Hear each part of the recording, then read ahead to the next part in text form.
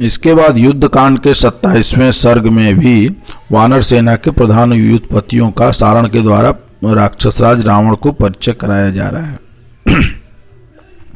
राक्षसराज, आप वानर सेना का निरीक्षण कर रहे हैं, इसलिए मैं आपको उन युद्धपतियों का परिचय दे रहा हूं जो रघुनाथ जी के लिए पराक्रम करने को उद्यत हैं और अपने प्राणों का मोह नहीं रखते।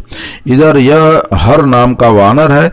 भयंकर कर्म करने वाले इस वानर की लंबी पूंछ पर लाल, पीले, भूरे और सफेद रंग के 3.5 हाथ बड़े बड़े चिकने रोए हैं। ये इधर उधर फैले हुए रोम उठे होने के कारण सूर्य के किरणों के समान चमक रहे हैं तथा चलते समय भूमि पर लौटते रहते हैं। इसके पीछे वानर राज के किंकर रूप सैकड़ों और हजारों युद्धपति उपस्थित हो वृक्ष उठाए सहसा लंका पर आक्रमण करने के लिए चले आ रहे हैं। उधर नील महामेघ और अंजन के समान काले रंग के जिन ऋषियों को आप खड़े देख रहे हैं, वे युद्ध में सच्चा पराक्रम प्रकट करने वाले हैं। समुद्र के दूसरे तट पर स्थित हुए बालू के कण के समान इनकी गणना नहीं की जा सकती, इसलिए पृथक पृथक नाम लेकर इनके विषय में कुछ बताना संभव नहीं है। ये सब पर्वतों, विभिन्न देशों और नदियों के तटों पर रहते हैं। राजन, वे अत्यंत भयंकर स्वभाव वाले रीछ आपस में आप पर चढ़े आ रहे हैं। इनके बीच में इनका राजा खड़ा है, जिसकी आंखें बड़ी भयानक और दूसरों के देखने में बड़ा भयंकर जान पड़ता है। वह काले मेघों से घिरे हुए इंद्र की भांति चारों ओर से उन रीछों द्वारा घिरा हुआ है। इसका नाम धूम है। यह समस्त रीछों का राजा है और युद्धपति है। यह रीछराज धूम्र पर्वत श्रेष्ठ ऋक्षवान पर रहता है और नर्मदा का जल पीता है। इस धूम्र के छोटे भाई जामवान हैं, जो महान युद्धपतियों के भी युद्धपति हैं। देखिए ये कैसे पर्वताकार दिखाई देते हैं। ये रूप से तो अपने भाई के समान ही हैं, किंतु पराक्रम में उससे भी बढ़कर हैं। इनका स्वभाव शांत है। वे बड़े भाई तथा गुरुजनों की आज्ञा के अधीन रहते हैं और उनकी सेवा करते हैं। युद्ध के अवसर पर इनका रोष और अमर्ष बहुत बढ़ जाता है। इन बुद्धिमान जाम्बवान ने देवासुर संग्राम में इंद्र की बहुत बड़ी सहायता की थी और उनसे इन्हें बहुत से वर भी प्राप्त हुए थे।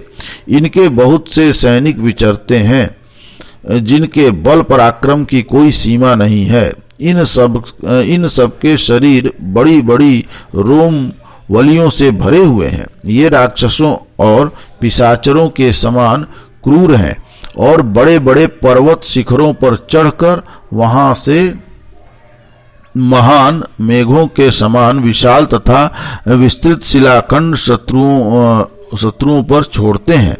इन्हें मृत्यु से कभी भय नहीं होता।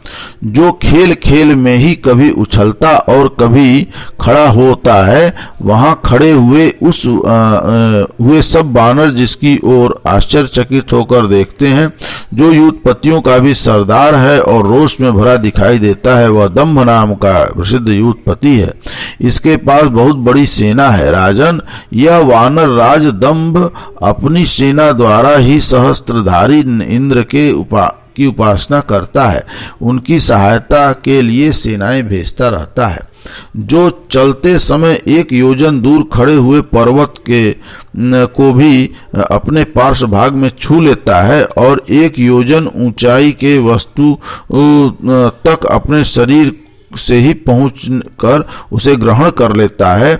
चौपायों से जिससे बड़े रूप कहीं नहीं है, यह वानर सनादन नाम से विख्यात है।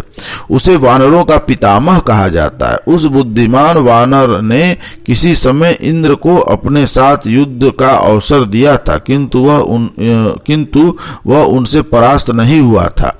वहीं यह युद्धपतियों का भी सरदार है। युद्ध के लिए जाते समय जिसका पराक्रम इंद्र के समान दृष्टिगोचर होता है और देवताओं और असुरों के युद्ध में देवताओं के सहायता के लिए जने अग्निदेव ने एक गंधर्व कन्या के गर्भ से उत्पन्न किया था, वही यह क्रथन नामक यूथपति है। राक्षस राज बहुत से किन्नर जिनका सेवन करते हैं, उन बड़े बड़े पर्वतों का जो राजा है और आपके भाई कुबेर को सदा विहार का सुख प्रदान करता है, तथा जिस पर उगे हुए जामुन के वृक्ष के नीचे राजाधिराज कुबेर बैठा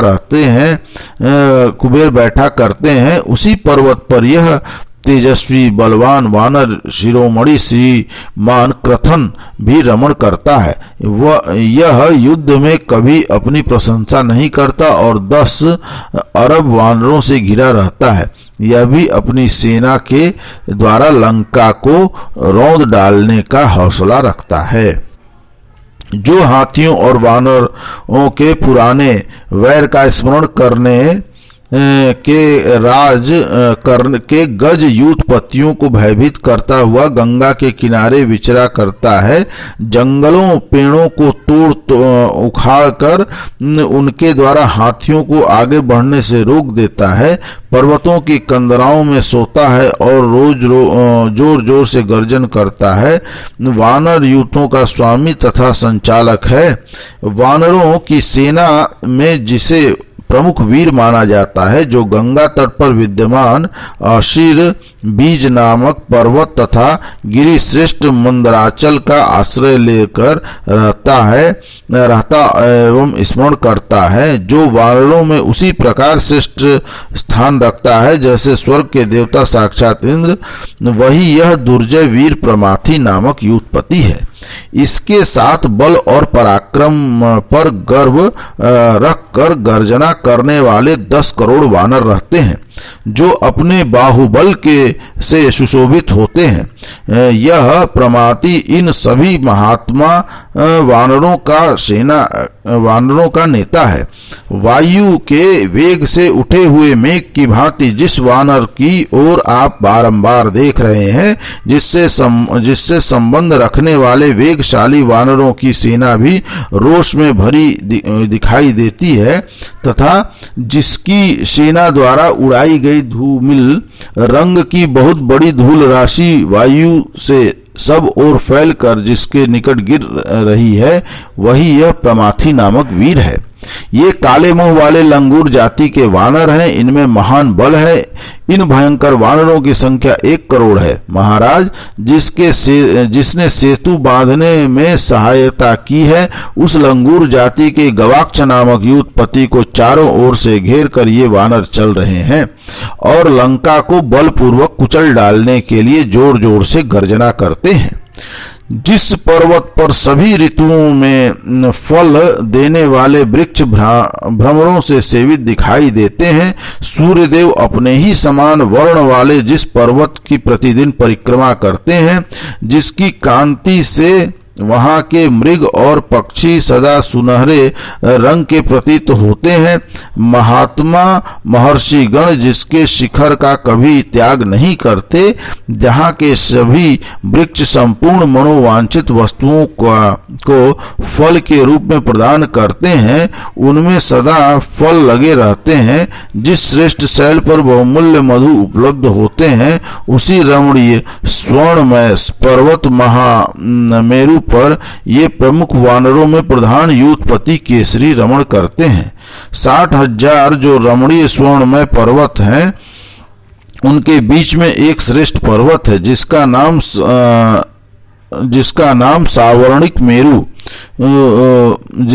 है सावर्णिक मेरु। निष्पाप निशाचर पते जैसे राक्षसों में आप श्रेष्ठ हैं, उसी प्रकार पर्वतों में सावर्ण मेरु उत्तम है।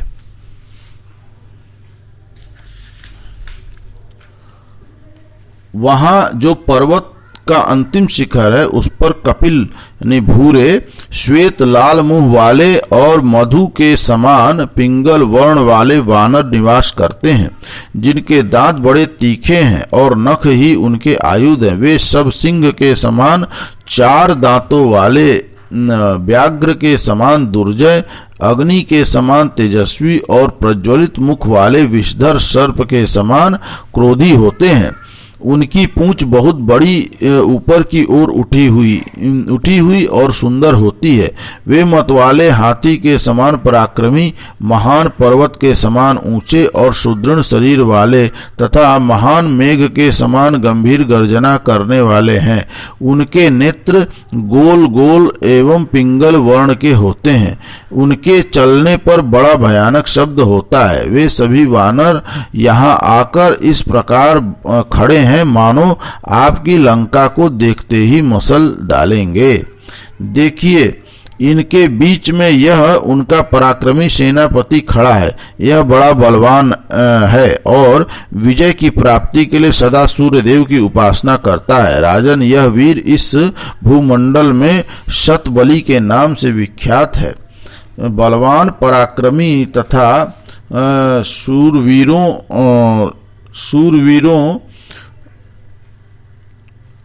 बलवान, पराक्रमी तथा शूरवीर यह शरद बलि भी अपने ही पुरुषार्थ के भरोसे से युद्ध के लिए खड़ा है और अपनी सेना द्वारा लंका को मसल डालना चाहता है। यह वानर वीर श्री रामचंद्र जी का प्रिय करने के लिए अपने प्राणों पर भी दया नहीं करता है। गज, गवाक्ष, गवय, नल और नील, इनमें से एक एक सेनापति 10-10 करोड़ योद्धाओं से घिरे हुए हैं। इसी तरह विंध्याचल पर्वत पर निवास करने वाले और भी बहुत से शीघ्र पराक्रमी श्रेष्ठ वानर हैं जो अधिक होने के कारण गिने नहीं जा सकते। महाराज, ये सभी वानर बड़े प्रभावशाली हैं। सभी के शरीर बड़े बड़े पर्वतों के समान विशाल हैं और सभी क्षण भर में भूमंडल के समान पर्वतों को चूर चूर करके सब ओर बिखेर देने की शक्ति रखते हैं। तो इस प्रकार अन्य वानर युद्धपतियों का भी वर्णन यहाँ समाप्त हुआ। यह युद्धकांड का 27वां सर्ग था। बोलिए राजा रामचंद्र की जय।